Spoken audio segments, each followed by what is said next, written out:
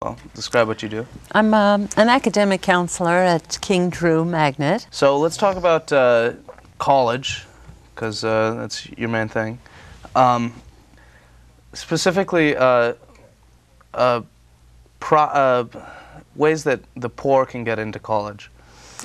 As far as the poor getting into college, people who don't have money, one of the main reasons they have difficulty, it's not the getting into college so much as they worry about not being able to afford staying in college or actually paying to get to college. Many students who don't have money are unaware that there are waivers and they don't need to pay any of the fees to apply to college. They don't need to pay for SATs, tests, they don't need to pay for applications, that all of those things have waivers. And so that's one step that sometimes people who can't afford to apply just end up not going to college. But even more importantly, many people without money believe that you need to have money to go to college. And as a result, they don't apply because they are unaware of the enormous opportunities that are out there for low-income. So, well, okay. So for lowering it, well, all right, so you're saying that it's basically a free thing? Basically what I'm saying is that there is a lot of financial aid that is available, and this is money that people who cannot afford to go to college can receive to pay for their college while they're at college. And so this money which is available is not only for paying the cost of the school, not only the cost of tuition or fees, but also the cost of living and books and housing and food and transportation and personal extras and just all of the expenses. There is money for all of this that is set out there mainly by the government and by the universities to try to encourage low-income youth to get an education and be part of and then later, come out with their education and pay into our taxes and more than pay back all of the money that they receive while they're going to school. Not paying it back because it's a loan. These are not loans I'm talking about, but I'm talking about grants that are given by the state, grants that are given by so what's the federal government. What's the difference between a loan and a grant? Okay, this is really important because loans are something which have to be paid back. And grants are basically the same thing as scholarships.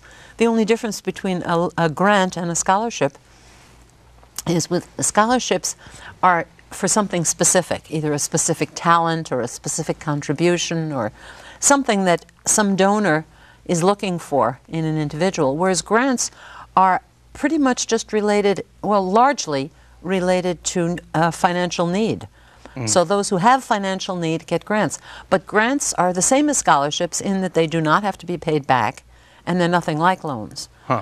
So when students apply for money for college, they then receive what's called a financial package. And in the financial package, there are 5 possibilities of things they might receive in the financial package. One would be scholarships, and the scholarships might be from the university because the student or the applicant has some particular quality that someone is looking for.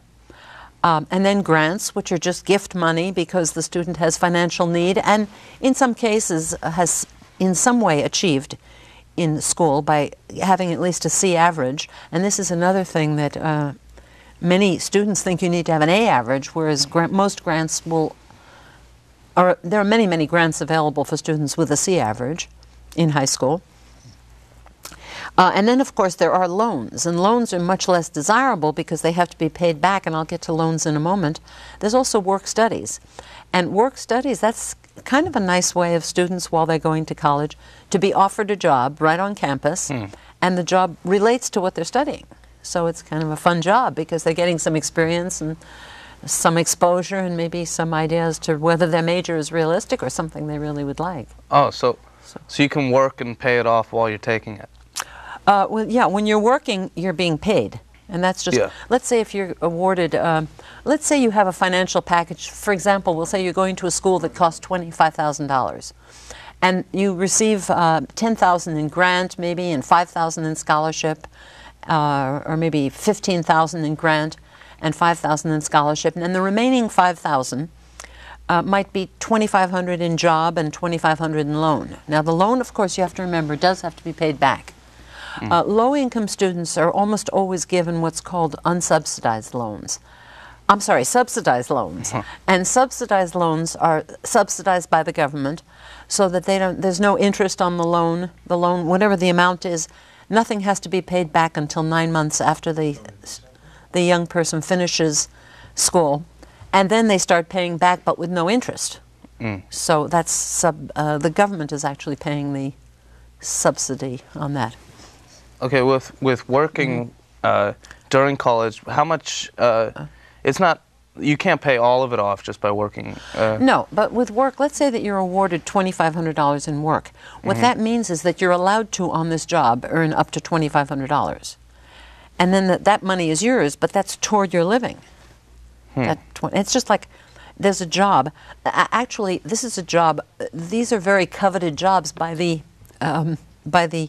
different offices or labs in the college because, for example, let's say you're earning $10 an hour on this job. The government is paying 80% of that. So the school is only having to pay $2.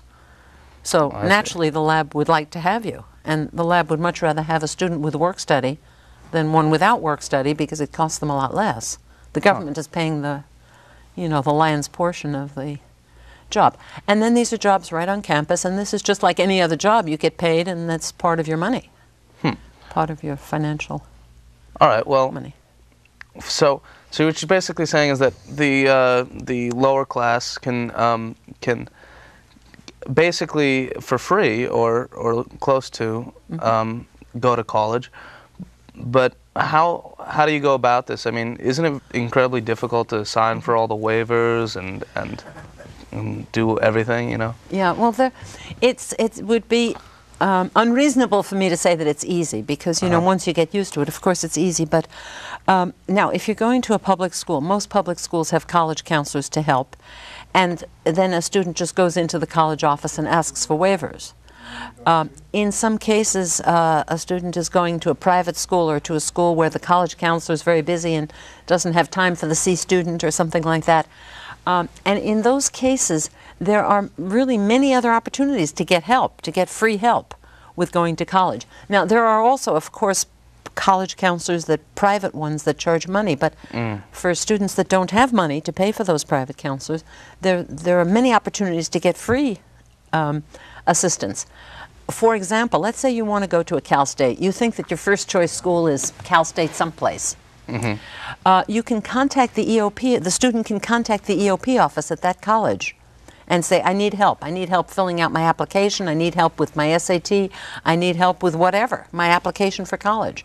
And they give workshops there, and they are very happy to help students with any part of the application process. Now, that's not only true at Cal State. It's the same with the UCs. The UC, if you wanted to, for instance, go to UCLA, or almost any UC, UCLA, since it's the local school, would be the one you'd probably want to go to for help. You wouldn't, want to travel to Berkeley, to Santa Barbara for help. But UCLA, the Office of AAP, that's an office on the UCLA campus, would be happy to help students who want to apply to any UC. And with the private colleges, most of the private colleges in this area are happy to help. They give workshops on how to fill out the financial aid forms, how to apply. They do all of this for students who are thinking of applying to their school. Now, with the private schools, you wouldn't just go out to Occidental or Loyola or USC and say, please help me, I'm planning to go to UCLA. But I plan to apply here and I want to get help. Then you would be invited to a workshop to help you fill things out. Well, are these helpers, like, aren't they swamped with kids asking for this, or kids just don't know? Interestingly, they're not swamped. Unfortunately, I should say they're not swamped because in many cases, students just don't know that they can go to these. Even the junior colleges have these workshops. Almost every college, every junior college has financial aid workshops because the main form that students have to fill out to get grants is known as the FAFSA, which stands for the free aid for, free, let's see, free application for student aid, but it's known as the FAFSA, F-A-F-S-A. The acronym is used so much that one forgets the actual words that go with it. But the FAFSA, there's almost no college that doesn't have workshops to help students fill out the form.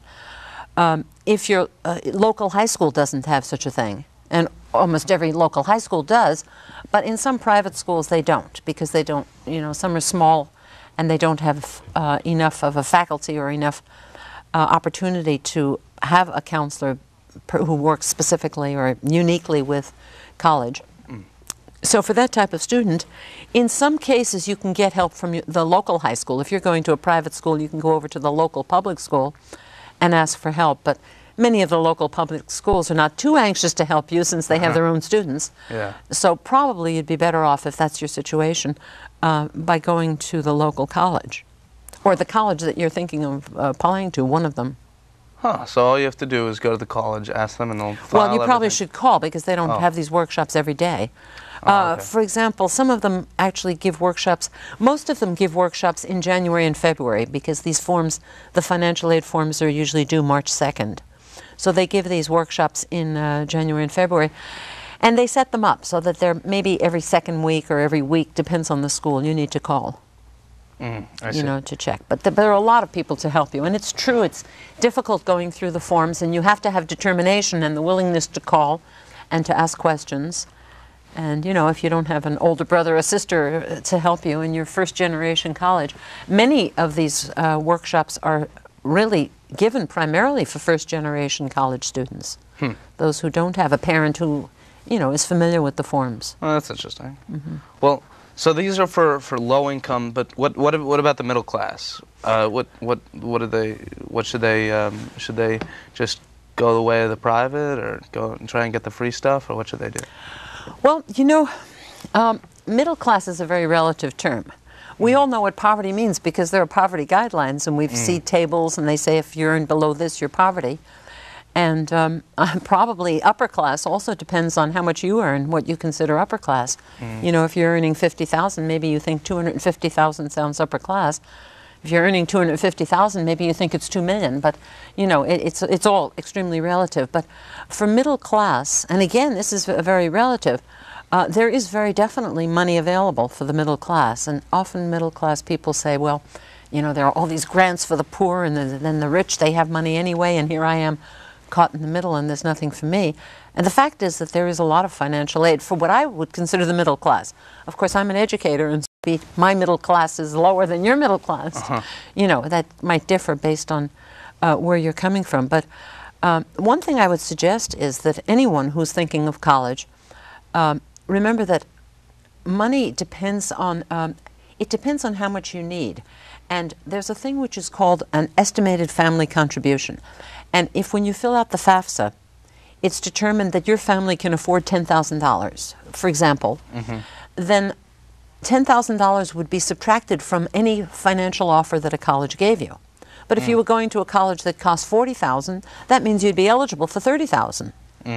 So, your income could be pretty high. But if you were going to a college that cost only $10,000, and that's, when I say it cost $10,000, I mean like with everything, with the food and the clothing and the housing and the books, and they're very generous budgets. And if the college only cost $10,000, then your family with a $10,000 contribution would be eligible for nothing. But what people need to do is everybody needs to just log on to the internet and look at the collegeboard.com, type in estimated family contribution, and you'll find a calculator, which is a calculator to determine how much you as a family can contribute. Now, in most cases, if it's a poor family, the contribution would be zero. What I'm confused about is grants. They are for, I thought that they were need-based. Grants are need-based, but there's need and need. And for example, as a teacher, when my children went to college, they qualified for grants as well as scholarships. So need is not necessarily poverty. As I'm saying, for example, the Cal Grant A, which does require that students have a better than average GPA. but they range up to maybe incomes of about 85 to 90,000 a year to receive that grant. Most grants require the income to be something under 100,000. But scholarships, of course, can be much higher, and colleges can give financial aid, which is not grants. Colleges have a lot of financial aid that they give. So for families that have more than that, the important thing is to figure out, with the estimated family contribution calculator, figure out how much the colleges think your family can afford. Because that's the amount that would be subtracted from whatever the colleges would offer you.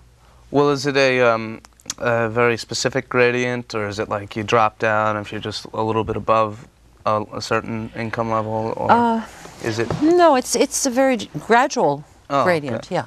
So you can pretty much get a fair. Absolutely. Right. I mean, I think it's quite fair. And then, of course, there are some schools that give just pure merit scholarships in addition, as well as, now everyone who's planning to go to college, whether they're doing grants or not, whether they qualify financially or not, should really look into scholarships. And that, with the internet today, that's such an easy thing to do. Most students seem to be part of the fast web, and if you're not part of the fast web, those of you who are listening here, by all means, just log on to fastweb.com, because that's really a good source. You give them information and you'll get lots and lots of leads on scholarships that fit your particular qualifications or accomplishments or disabilities or interests or whatever. So the fast web is a good source of scholarships, as well as, of course, the college office at any high school, where they receive many scholarships. All right, well, let's say you've got the money figured out and everything. So now, there are different kinds of after high school places that you can go. You could go to a community college or a university, public or private, or what can you explain the differences between these? Okay, well, a junior college, it depends. Assuming that you want to study something which is going to require studying for 4 years or more, as opposed to studying a trade. If you wanted to study a trade, then probably a junior college would be a good place. Rather, by the way, than going to a private trade school that's expensive. There are many of these private trade schools that advertise on TV that cost maybe $20,000 a year with no financial aid. They say they have financial aid, but it's almost totally loan. And you can get the exact same thing free at a junior college. Not only can you get it free at the junior college, but at the junior college you can get financial aid with it, so that you're both attending and receiving maybe $5,000 to $6,000 a year extra to help you with little expenses you have to help out at home or whatever. So, but that's the junior college. Now, with a Cal State, students generally decide to go to a Cal State either because they want to major in something that the Cal State specialize in, such as maybe nursing or some program which is more available at the Cal States. Sometimes maybe architecture or something that's particularly good at a particular school. Or maybe because they want to study engineering, and it's very, very difficult to get into the UCs in engineering, and the Cal States are not impacted, or they're not so overbooked that they cannot accept students. So those are reasons that a student might want to go to the Cal States. Also, you can have a much lower GPA to go to the Cal States than the UCs. Although now, starting with the class of 2003, the entrance requirements for the Cal States are exactly the same as the UCs in terms of course requirements. They're not the same in terms of GPA and grades that you need to have, but they are the same in terms of what classes you need to take to get in. Now, private colleges are a wonderful place, and many people think they can't afford private colleges. But private colleges have great advantages, and of course the biggest advantage is the smaller classes and the more personal care and the more personal attention and just a smaller environment. You don't have any of these classes, these UC-type classes with 1,000 students. And on the other hand, some people like the UC commotion and the UCLA and the football and well, USC is private and is the same as UCLA in terms of commotion and football. But most of the private colleges are a little quieter and they're a little bit more just sedate, and opportunity to get to know people and to have counseling and to have personal attention. More personal? Yes. So you mentioned the trade schools. Those are those like DeVry and like ITT Tech? Or? Yeah, well, those are the private trade schools that I don't want anyone watching this to, you know, take out the air from my tires, but those are the schools that are probably kind of the rip-off schools because they charge a tremendous amount of money. And the same things are available free at most junior colleges. I mean, they have at Trade Tech, at El Camino, at the junior colleges, they have all of these electronics programs and drafting programs and machine shop and you know, computer technician and commercial art and, you know, fashion. All of these types of programs are also available free at the junior colleges. So, you know, of course, the big difference is that these private trade schools recruit students and do spend more time, you know, holding them by the hand and getting them there. But as far as money is concerned, you end up spending a lot more money at an ITT or DeVry or Bryman or, you know, any one of those types of schools. I see. But I've heard arguments that you aren't learning what you don't need to know and that it's just direct what you want to do. Well, yeah, the junior colleges have all of these programs which are called certificate programs. And for those who don't want to get a degree, you don't need to take the English or the history or the anything at the junior colleges either. You can take just the trade if you want to get a certificate instead of a degree. Oh. Well, I guess this is the reason why they have to advertise, because because nobody would go to them otherwise. Right, they do good, you know, a good job of advertising, and you know, I mean, I guess they also do a good job of recruiting, of, you know, following up with students and making sure they get to the college, which is, I suppose, the big advantage of the private trade school. And whereas the junior colleges don't come to your house and say, come, you know, we have a great program. But once you get out there, you know, they have counselors, and they all have counselors, and they have help. And all right, so let's just run down like where for certain students should go. So like, let's say you got you're poor and you get like top-notch grades. Where should you go? Well, if you're poor and you have top-notch grades, then you should go to the very best college that you are willing to go to. Now, if you're willing to go far away from home, go to the Ivy League schools, go back east to Harvard or Yale or Princeton or in California to Stanford or something like that. If you're a math science person, you might want to go to Carnegie Mellon or MIT or Caltech or a school of that type. Or you want to be a doctor, you might go to Johns Hopkins. There are many wonderful schools. If you have good grades. And if you want to stay in California and you don't want to go as far away from home as maybe Stanford or someplace up north, then right here in the Los Angeles area we have wonderful schools. We have wonderful private schools even here. I mean, USC and Occidental and Loyola. And then, of course, if you prefer to go to a public school, and the one thing that is good about the public school is it's a little bit less scary at a public school to get started because of fees. I mean, fees are just, everything is like, the UCs and the Cal States have already worked things out pretty much so that you don't have to pay deposits for housing if you can't afford them. Although many of the private colleges have done that too. All right. Well, thank you for the information. It's very interesting. So, in general, in conclusion, go to college. Everyone should. Absolutely. Let me just say one last thing, and that is that if you have really low grades and you want to go to a junior college, there are opportunities to live away from home and go to junior college, and that's something you may want to look up on the internet too, that I didn't discuss, but I realized we were kind of running short on time. Yeah. But so everyone needs to go. Try and you have to take the initiative, though. You have to ask for these things, and you have to be involved, and you can go to college if you're poor for free. The most important thing is to know you can go to college free. There's no such thing as I can't afford to go to college. So don't worry about it. You can't afford not to go to college. Yeah, don't worry about it. Forget about it and do it. Go for it. You'll go free and just do it. Okay.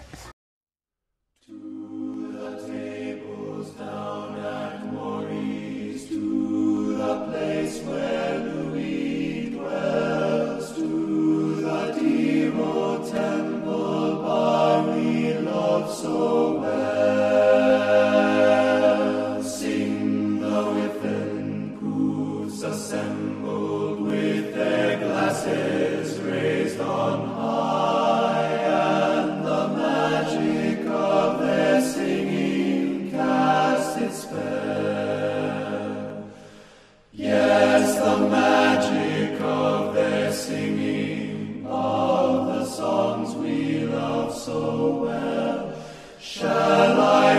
Spirit.